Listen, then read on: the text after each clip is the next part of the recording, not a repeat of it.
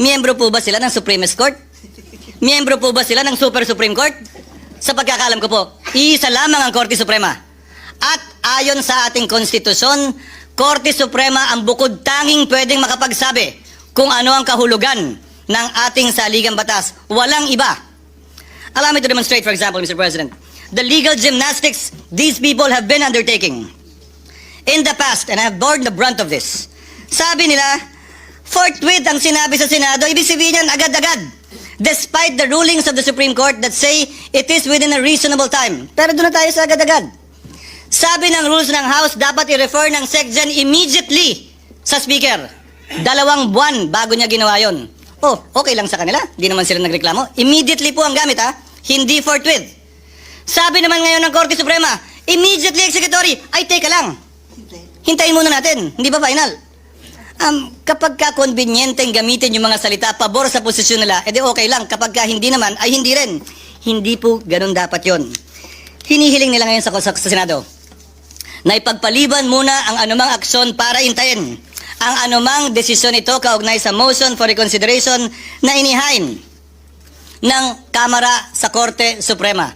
Subalit tulad ng naipaliwanag na kanina kaugnay ng motion na pinagbobotohan natin ngayon, kung magbago man ang Korte Suprema sa kanilang desisyon na unanimous noong July 25, 2025, meron pong paraan at proseso pa ang Senado para sundin ang bagong desisyon yan ng Korte Suprema kung sakasakaling mangyayari po yan. In the past, it was also said, nauna nagsalita si Senator Bato, bawal daw at walang karapatan mag-motion ang sinumang Senator Judge dahil trabaho daw ng depensa yon. Eh bakit yung mga parehong tao yung pinag-uusapan? Dapat maghain tayo ng motion for reconsideration. Hindi ba trabaho din ng prosecution yun? Hindi naman po pwede. Na pwede lang pag kayo, hindi na pwede pag iba. Now the prosecution has actually filed a motion for reconsideration. And rightfully so. And not by this chamber. Noon kapag nung bumoto kami para i-remand ang impeachment complaint sa Kamara, pinapaboran daw namin yung nasasakdal. Sinabi ko na rin yan. Na yung kontra sa impeachment at pabor sa impeachment, hindi ko didinggin. Na yung kontra at pabor kay Vice President Sara Duterte, hindi ko didinggin. Dahil may rason kung bakit babaeng nakapiring ang mata ang simbolo ng ating hustisya na humahawak ng espada sa kabilang kamay at panimbang sa kabilang kamay. Dahil wala po dapat kinikilala ang hustisya na personalidad. Sino man ang nasasakdal, dapat pareho lamang po ang ating mga magiging desisyon. Are you truly for accountability or simply anti-Duterte? Do you truly respect and want to preserve the Constitution or you simply hate the Vice President? Are you serving the nation's interest or protecting and pursuing your own personal ambitions or agenda? Are you fighting for truth or are you simply after revenge? Do you really want a trial or do you just want a conviction? Do you really believe that we are wrong or do you simply think and feel entitled and believe that you are always right? Remove the name, Mr. President, of the Vice President in this case. Apply the decision of the High Court, as Senator Cayetano said earlier, to another impeachable official. Would your positions be the same? When I was faced with this situation, Mr. President, I respected the Court's decision, even if I disagreed with it. I'm still voting to respect that Court's decision. Colleagues, sa mga minamahal nating kababayan. For many of us, the past 2 weeks have proven to be an exasperating, mentally and emotionally exhausting experience. Both sides have fought bitterly a dialectical struggle to articulate what they respectively believe to be the correct position or view on the issues involved. Passions had run high as demonstrators, whether for or against impeachment, took to the streets armed with their familiar slogans and chants to air their voice on the matter. Various sectors of society, from business, retired military, academe, denominations of faith, offered suggestions for a return to a state of normalcy in the official relations of governmental branches. Through all these, and as early as the time when the articles of impeachment had been constituted, the court was specifically asked, told, urged, and argued to take no action of any kind and form with respect to the prosecution by the House of Representatives of the impeachment complaint. When the present petitions were knocking, so to speak, at the doorsteps of the court, the same clamor for non-interference was made through what are now arguments of lack of jurisdiction, non-justiciability, and judicial self-restraint, aimed at halting the court from any move that may have a bearing on the impeachment proceedings.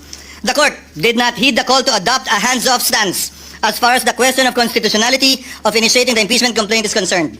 What lies here What lies in here, rather, is an issue of genuine constitutional material which only the court can properly and competently address and adjudicate in accordance with clear-cut allocation of powers under our system.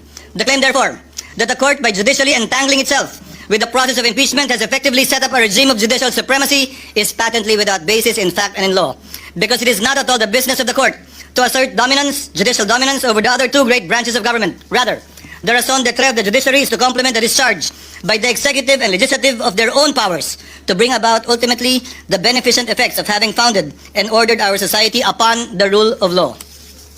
Mr. President, distinguished colleagues, the institution that is the Supreme Court, together with all other courts, has long held and been entrusted with the judicial power to resolve conflicting legal rights regardless of the personalities involved in their suits or actions. The court has dispensed justice over the course of time, unaffected by whomsoever stood to benefit or suffer therefrom, unafraid by whatever imputations or speculations could be made to it, so long as it rendered judgment according to the law and the facts.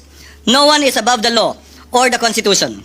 This is a basic precept in any legal system which recognizes equality of all men before the law as essential to the law's moral authority and that of its agents to secure respect for and obedience to its commands. Perhaps there is no other government branch or instrumentality that is most zealous in protecting that principle of legal equality other than the Supreme Court, which has discerned in its meaning and ramifications through its application of numerous cases, especially the high-profile kind in the annals of jurisprudence.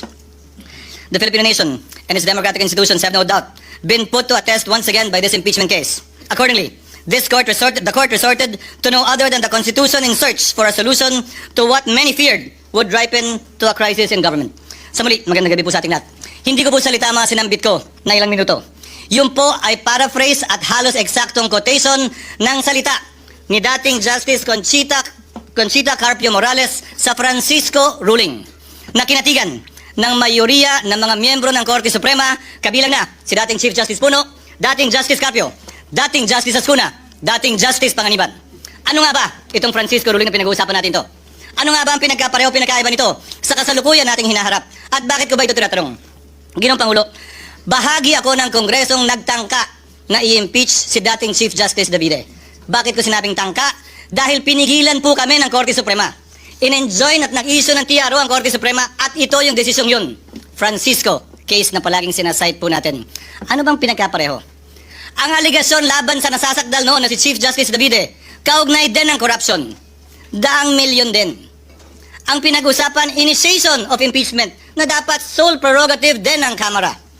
Ang pinag-usapan, ano bang definisyon ng initiation na dapat sole jurisdiction din ng Kamara? Ang tanong ko po ay simple. Noong mga panahong yun, nasaan po lahat na nagre-reklamo ngayon at nagko-question sa desisyon ng Korte Suprema? Yung mga maestradong nagko-question ngayon na retirado na, bumoto sila pabor doon. Subalit ngayon, tila nag-iba ang posisyon. Ano nga ba ang pinagkaiba kung meron man? Klaro ang pinagkaiba. Iba ang pangalan ng nasasakdal. Today, Mr. President, distinguished colleagues, the very supremacy of the Supreme Court is being called into question, and with it, the very foundation of the rule of law. As Senate President and as a member of this chamber and as a member of the bar, I will not sit idly by and allow this. At stake is the very idea that justice should be governed by laws that apply to all, equally to all, rather than the whims and caprices of public opinion. As Justice Frankfurter once said, if one man can be allowed to determine for himself what is law, every man can. That means first chaos, then tyranny. Legal process is an essential part of democratic process. Whether it's a mob or a minority, bias and prejudice blinds, divides, and destroys. Former U.S. Supreme Court Justice Sandra Day O'Connor also said it best. The law provides necessary continuity amidst our constantly shifting political landscape. It guarantees everyone will be treated equally, whether they are in today's or yesterday's majority, so they know what to expect, whether what they do is popular or unpopular at that time. The courts, Mr. President, with the Supreme Court at the helm, are the guardians of the rule of law, making sure everyone plays by the same rules and receives equal justice. For the rule of law to prevail, the High Court must act as a compass, not as a political cheerleader, impartially applying the law by calling out violations, not swayed by public opinion or political allegiance. Respect for the rule of law, Mr. President, requires all of us to adhere to final or immediately executory decisions of the court, even when there is a winner and a loser, to avoid deadlocks and maintain legal order. Respect for the rule of law does not bar disagreeing with court decisions, nor from forming our own opinions on the meaning and intent and letter of the spirit of the Constitution. However, we must also have the humility to accept when we are wrong once the Supreme Court has already decided. Respecting the court only when you win or when it aligns with your belief is not respect for me. It is plain arrogance or if at all, a power play.